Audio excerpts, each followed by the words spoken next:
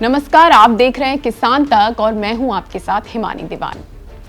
आज एक ऐसे मामले के बारे में बात करनी है जिससे पूरा देश हैरान है। दरअसल महाराष्ट्र के बुलढाणा जिले से एक हैरान करने वाला मामला सामने आ रहा है। यहाँ लोग अचानक गंजेपन के शिकार हो रहे हैं। इस मामले ने पूरे देश को चौंका दिया है। यहाँ लोग सोकर उठते हैं और मालूम चलता है कि उनके सिर के बाल झड़ चुके हैं। 3-4 दिन में लोग पूरी तरह गंजे हो गए हैं। ये खबर अब पूरे देश में फैल रही है और हर किसी को हैरान कर रही है। जब इस बारे में पता लगाने की कोशिश की गई तो और भी हैरान करने वाली वजह सामने आई। ये वजह है गेहूं। इस वीडियो में आपको सिलसिलेवार तरीके से बताते हैं पूरा मामला और साथ में सुनाते हैं डॉक्टर और एक्सपर्ट्स की पूरी बात। सबसे पहले जानते हैं कब सामने आया पहला मामला। इस रहस्यमयी बीमारी की शुरुआत हुई दिसंबर 2024 में। तब से लेकर जनवरी 2025 तक बुलढाणा के 18 गांव में कुल 289 लोग इस समस्या के शिकार पाए गए। ये बीमारी ज्यादातर कॉलेज जाने वाली लड़कियों और युवाओं में देखने को मिली। कुछ वृद्ध लोग भी इससे अफेक्टेड पाए गए। इस बीमारी ने तो कई लड़कियों की शादी टूटने की नौबत तक ला दी और कई लोगों का बाहर आना जाना मुश्किल हो गया, क्योंकि सामाजिक ताने बाने में बाल झड़ना या बाल ना होने को एक कलंक के रूप में देखा जाने लगा। अब आप सोचेंगे कि ये बात कहां से आई कि ये सारी समस्याएं गेहूं की वजह से हैं। तो ये दावा किया है डॉक्टर हिम्मतराव बावस्कर ने। डॉक्टर हिम्मतराव बावस्कर एक पद्मश्री डॉक्टर हैं। फिलहाल वह Bawaskar hospital and research centre Raigarh के एमडी हैं। उन्होंने बताया कि प्रभावित लोगों को सिरदर्द, बुखार, खुजली, झुनझुनी, उल्टी और दस्त जैसी समस्याएं भी हो रही हैं और इसकी वजह है इन लोगों द्वारा सेवन किया जाने वाला गेहूं। हमने इस बारे में उनसे विस्तार से बात की, तो सुनिए उन्होंने क्या कुछ कहा। वो ज्यादा वीट म्हणजे गहू स्टेबल फूड है उनका, कॉमन फूड। तो जिन्होंने गहू खाया था वो गहू के लोगों की उल्टी हुआ, बाद में ये सब सिम्टम उनको हो गए, इसलिए गेहूं वॉज रिस्पॉन्सिबल। सो वो उन्होंने हमने फिर वो गेहूं का सैंपल और वहाँ जो उनके खेती में जो अनाज होता है वो भी सैंपल लिए, उनका ब्लड लिया, यूरिन लिया और हेयर लिया, केस लिए, तो इधर ला इधर तपासने के लिए। उसमें ऐसा निकला सब इसमें सेलियम वॉज 1000 टाइम हाइयर और थैलियम नहीं था, आर्सेनिक नहीं था और जिंक कम था। अब ये सेलियम कहाँ से आया? ये सेलियम ऐसा होता है, सेलियम का स्ट्रेस इंड्यूस करता है हेयर में और हेयर लॉस होता है, और जिंक से भी हेयर लॉस होता है। तो ये जिंक उनके लोकल फूड है उसमें जिंक कम है, लेकिन प्रॉब्लम वो सेलियम कहाँ से आया? तो वो हेयर में सेलियम है, ब्लड में सेलियम है, यूरिन में सेलेनियम है। अब सेलेनियम उसका एंटीडोट नहीं, टॉक्सिटी का एंटीडोट नहीं, ओनली एंटीडोट ऐसा है वो अनाज खाना नहीं तो आप अच्छा हो जाएंगे, उसका घबराने की बात नहीं।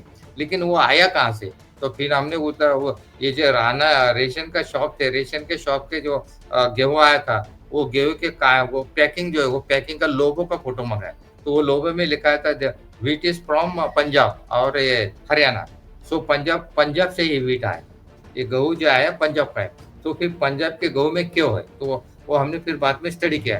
स्टडी ऐसा किया कि उधर जाने के बाद पंजाब का रेफरेंस निकाला, तो पंजाब में जो है, पंजाब में सेलियम सॉइल ज्यादा है पंजाब बिकॉज ये जो पंजाब है, पंजाब एट द फुट वो शिवालिक जो माउंटेन है, शिवालिक पर्वत रांगा जो है वो हिमालय के बाजू में, और पर्वत रांगा के पायते से और फुट हिल पे ये पंजाब और हरियाणा है।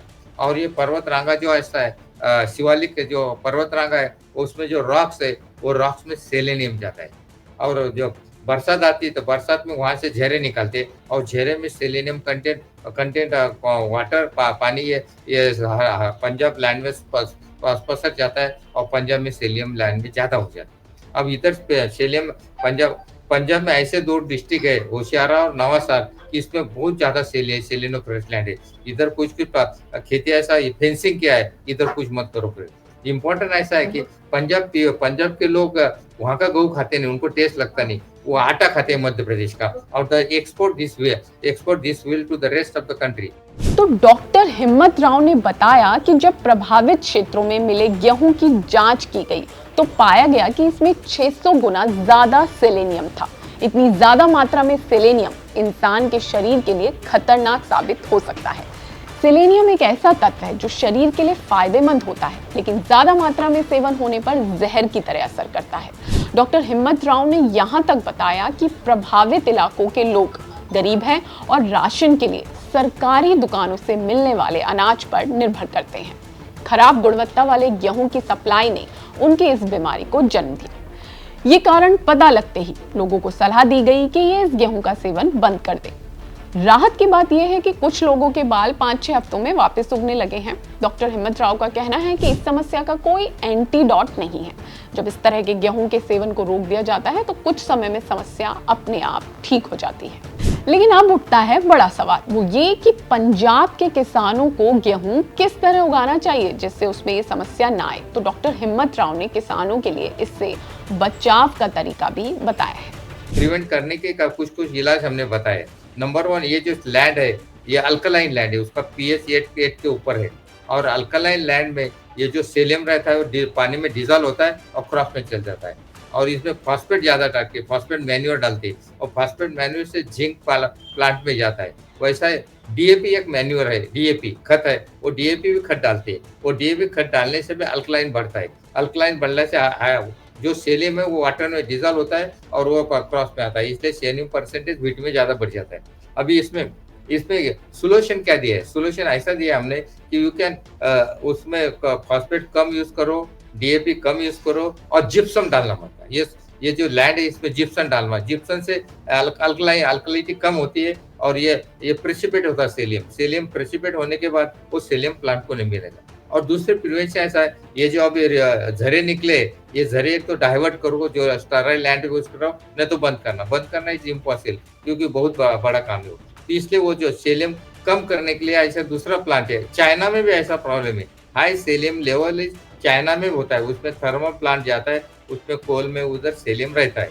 अब उन्होंने ये प्लांट लगाया, उधर सर्च किया है, वो प्लांट सेलियम ज्यादा ऑब्जर्व करता है। अपने ये बाजू में भी इन इंडिया आल्सो ये सेसम जो तिल बोलते, तिल्ली और मस्टर्ड एंड मोहरी और सनफ्लावर, ये जो प्लांट है इनमें सेलियम कॉन्सेंट्रेशन और सेलियम एब्सॉर्प्शन की और रिटेंशन की प्रॉपर्टी ज्यादा है। वो सनफ्लावर में 50 ppm है, मस्टर्ड में भी सबसे ज्यादा है। अब ये प्लांट इन बिटवीन व्हीट के लगाए तो तुम्हारा सेलियम content of the wheat will be reduce, and this very important. अब जो गवर्नमेंट को हमने ऐसा बताया है कि ये पंजाब से जो गेहूं आएगा, रेशन में जो गेहूं आएगा, वो गेहूं before distributing to the public और poor people of public, they should do the selenium level in the wheat. Selenium level कभी बढ़ा तो डिस्ट्रीब्यूट मत करो, नहीं तो उसको प्रक्रिया करके बाद में डिस्ट्रीब्यूट करना पड़ता है। अब इस बारे में बुल्ढाना जिले के चीफ मेडिकल ऑफिसर से भी बात की गई, तो उन्होंने क्या कुछ कहा है ये भी सुन लीजिए। डॉक्टर हिम्मतराव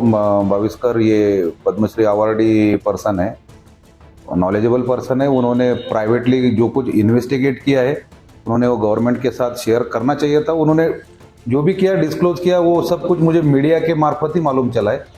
उनकी कोई भी ऑथोराइज रिपोर्ट हमारे ऑफिस को अभी तक प्राप्त नहीं है। तो आईसीएमआर की टीम ने भी जांच करने में आज 1.5 महीने का लगभग हो गया है, अभी तक कुछ रिपोर्ट। आईसीएमआर जो है वो डिटेल में रिपोर्टिंग कर रहे हैं। उसमें उन्होंने फिर से सैंपल लेके गए हैं कि वो टीम जब आई थी उस वक्त और 2-3 हफ्ते के बाद से फिर ब्लड सैंपल कलेक्ट करके लेके गए। क्या डिफरेंसेस दोनों सैंपल में वो इन्वेस्टिगेट कर रहे हैं, तो अगले 8-10 दिन में उनका रिपोर्ट आ जाएगा, ऐसी अपेक्षा है। ये है अब तक का पूरा मामला, लेकिन ये समस्या एक बड़ा सवाल खड़ा करके गई है और वो ये है कि पंजाब से आने वाला गेहूं सिर्फ बुल्ढाना जिले में नहीं जाता, वो देश भर में कई जगह पर सप्लाई होता है। तो इसके जो खतरे हैं और भविष्य में की जाने वाली जो खेती है उससे बचने के क्या उपाय किए जाएंगे, आप देखते रहिए किसान तक। अगर ये वीडियो आपको पसंद आया है तो इसे लाइक ज़रूर करें। अगर चैनल अभी तक सब्सक्राइब नहीं किया है तो कर लें और नोटिफिकेशन पाने के लिए बेल आइकन भी दबा दें।